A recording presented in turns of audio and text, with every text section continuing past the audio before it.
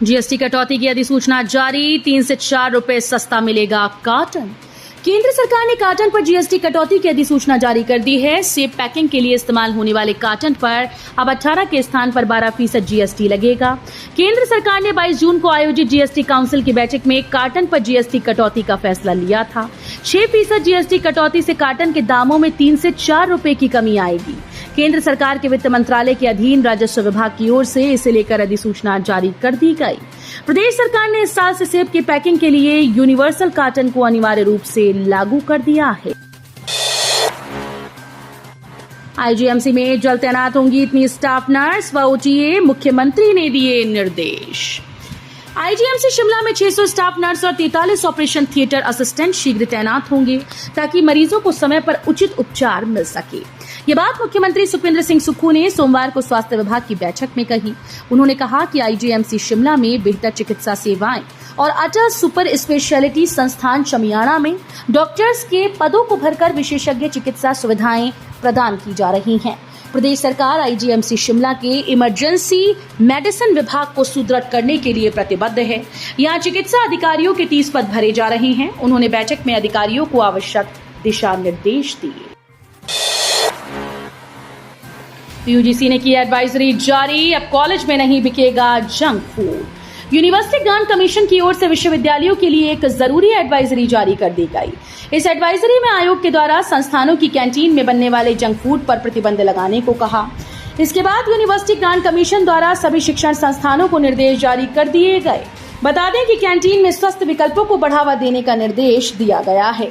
ICMR की report के मुताबिक भारत में मोटापा और मधुमेह एक बड़ी समस्या है। यूजीसी ने राष्ट्र के स्वास्थ्य के लिए स्वस्थ खाने के महत्व पर जोर दिया।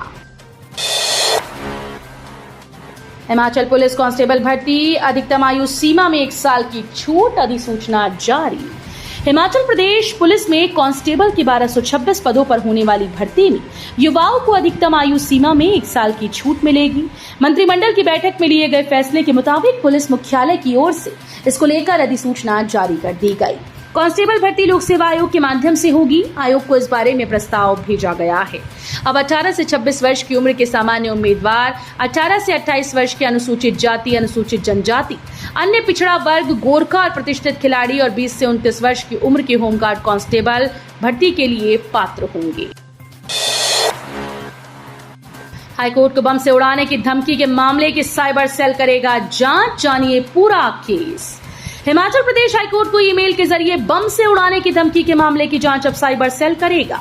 जिला पुलिस ने जांच साइबर सेल के सुपुर्द कर डाली। मामले में कई तकनीकी पहलू होने की वजह से जांच को साइबर एक्सपर्ट से करवाने पर सहमति बनी है।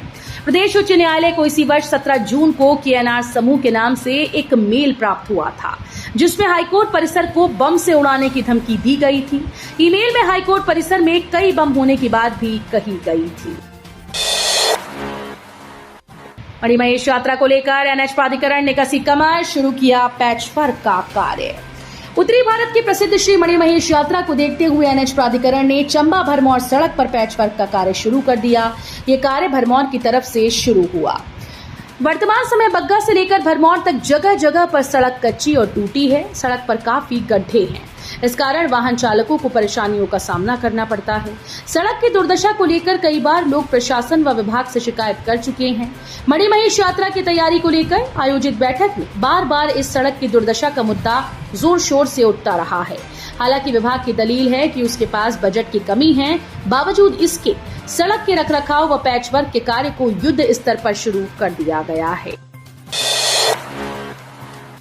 एचआरटीसी को हर महीने 10 करोड़ की शपथ। सरकार के सामाजिक दायित्व की पूर्ति कर रही एचआरटीसी को हर महीने 10 करोड़ रुपए का नुकसान उठाना पड़ रहा है। ये नुकसान सरकार के दायित्वों को पूर्ति करने की वजह से हो रहा है, जिसकी एवज में सरकार पूरी भरपाई नहीं कर पा रही है। यही कारण है कि हर महीने 10 करोड़ के नुकसान का आंकड़ा सालाना 120 करोड़ में बदल रहा है और एचआरटीसी खुद के दायित्वों को पूरा नहीं कर पा रहा है। मंदिरों के बाद अब राष्ट्रपति निवास छराबड़ा में भी टौर के पत्तल में परोसी जाएगी धाम। शिमला शहर के मंदिरों के बाद अब राष्ट्रपति निवास छराबड़ा में भ्रमण पर आने वाले सरकारी स्कूल के छात्रों को भी धाम हरे पत्ती वाली टौर के पत्तल में परोसी जाएगी। के बाद डीसी शिमला अनुपम कश्यप ने राष्ट्रपति निवास छराबड़ा से संबंधित विभिन्न विषयों को लेकर आयोजित बैठक में कही। बैठक में राष्ट्रपति निवास से आए अधिकारियों ने जिला प्रशासन के अधिकारियों के साथ विभिन्न विषयों पर विचार विमर्श किया। उन्होंने जिला प्रशासन के द्वारा जिले के मंदिरों में टौर के पत्तलों में लंगर परोसने की शुरुआत को सराहा और इसी कड़ी में राष्ट्रपति निवास छराबड़ा में भ्रमण पर आने वाले सरकारी स्कूल के बच्चों को भी पत्तलों में धाम परोसने की शुरुआत करने की बात कही। आयुष्मान भारत में 1 साल के लिए 5 लाख, हिमकेयर में 3 साल में 5 लाख का इलाज। स्वास्थ्य के क्षेत्र में आयुष्मान तथा हिमकेयर योजनाएं निर्धन परिवारों के लिए किसी संजीवनी या वरदान से कम नहीं। केंद्र सरकार की आयुष्मान व प्रदेश सरकार की हिमकेयर योजनाओं का उद्देश्य आर्थिक रूप से कमजोर वर्ग की मदद करना है। आयुष्मान भारत योजना, जिसे प्रधानमंत्री जन आरोग्य योजना के नाम से भी जाना जाता है, केंद्र सरकार के द्वारा इस योजना को 23 सितंबर 2018 को शुरू किया गया था। लेकिन इस योजना के शुरू होने के बाद हिमाचल प्रदेश के सभी लोग इस योजना के अंतर्गत कवर नहीं हो सके। इसलिए हिमाचल प्रदेश सरकार ने 1 जनवरी 2019 को हिमकेयर योजना की शुरुआत की।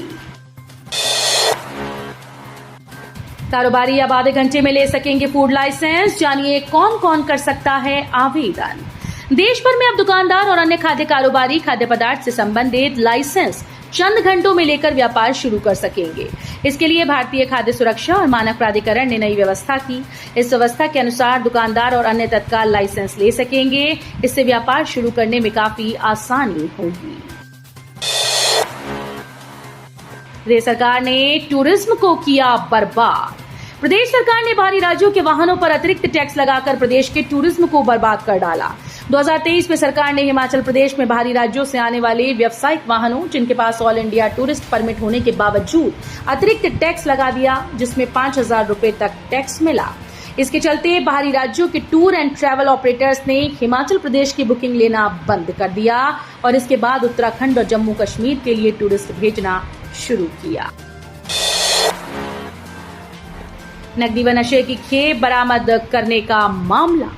गत सप्ताह जिला मुख्यालय नाहन में 24.40 लाख रुपए की नकदी और नशे की खेप के साथ दबोचे गए आरोपी बाप बेटे पोते सहित एक अन्य मामले में गिरफ्तार आरोपी रजनीकांत को पुलिस ने सोमवार को अदालत में पेश किया। इससे पहले 3 आरोपियों प्रेमचंद, उसके बेटे सागर और पोते संग्राम को अदालत ने 7 दिन की पुलिस हिरासत में भेज दिया था। जेलवाड़ा भर्ती की लिखित परीक्षा 28 को। शिमला, धर्मशाला और मंडी में केंद्र। कारागार व सुधारात्मक सेवाएं विभाग में वार्डर्स के 91 पदों की भर्ती के लिए शारीरिक दक्षता परीक्षा पास करने वाले उम्मीदवारों की लिखित परीक्षा 28 जुलाई को होगी। यह परीक्षा दोपहर 12 बजे शिमला, मंडी और धर्मशाला में स्थापित केंद्रों पर होगी। मझोला से 2 बहनों का अपहरण। हिमाचल प्रदेश के 2 युवकों के खिलाफ केस, कॉल करके परेशान भी करते थे। मझोला थाना क्षेत्र से 2 सगी बहनों का अपहरण हो गया। दोनों बहनें घर से दवा लेने निकली थीं। पुलिस ने इस मामले में हिमाचल प्रदेश के सोलन जिले के बद्दी निवासी 2 युवकों के खिलाफ रिपोर्ट दर्ज कर ली।